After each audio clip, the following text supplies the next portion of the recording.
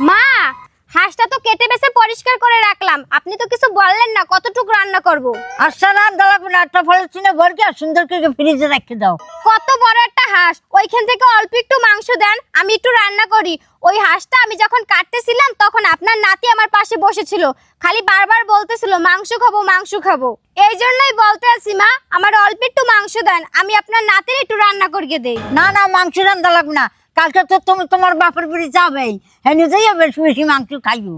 আর একটা কথা শোনো, বাপের বাড়ি যাওয়ার আগে বিছনাটা সুন্দর করে পরিষ্কার করিয়া ধুয়ে তার যাইও। এই নে আষাঢ় মাংস রান্না করছিস গো। তোর ভাই বড় একটা আশ আনছে, এইটা কাটকে উঠিয়া ফ্রিজে রাখিয়ে দিয়েছিলাম। আজকে তুই আবি বিতে আমি রান্না থুইছি, তুই আর হাঁস দিয়ে খা। তোর বৌদি মাংস রাঁধতে চাইছিল, আমি রাঁধতে দেই নাই। তোর বৌদি বাপের বাড়ি গিয়েও খাবে, এখানে বইয়েও খাবে। আজ কত তোর বৌদি আর হ্যাঁ বাচ্চা লেগে আমি তোর মন ভরকে একটু খাওয়াইতেও পারি না। ভালো করছো মা, কতদিন যে একটু হাঁসের মাংস খাই না, আজকে একটু মন বর্গা খামু। এই লিখে তো আমি মাছ মাংস জোগাড় করে আমি ফ্রিজে রাখিয়ে দিই, তুই আইলে আমি তোর যাতে মন ভরকে খাওয়াইতে দিই। আর শোন, ফ্রিজে আমি অনেক মাছ মাংস রাখিয়ে দিছি, তুই তোর শ্বশুর বাড়ি যাবার সময় সব লই দিবি। আচ্ছা মা ঠিক আছে। ওই বউতে বাপের বাড়ি যেও খাবে, এখানে আজকেও খাবে, আর আমি জম্মের খাওয়ান খাওয়াবো। শাশুড়ি মা, ও শাশুড়ি মা, হ্যাঁ কি হয়েছে, অত ছিল কেন বলো? ফ্রিজে তো দেখতেছি তেলাপিয়া মাছ ছাড়া আর কোনো মাছই নাই।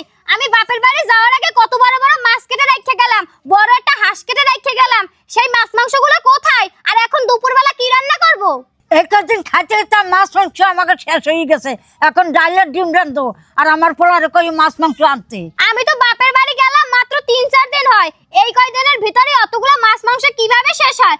আর আপনি আমার সন্তানের জন্য একটু মাংসও রাখেন নাই? বাপের বাড়ি যাইয়ে যায় পোলার তুমি ভরকে ভরকে মাছ মাংস খাইয়েছো, এত মন ভরে নাই, এখন আবার বাড়ি মাছ মাংস খোঁজো।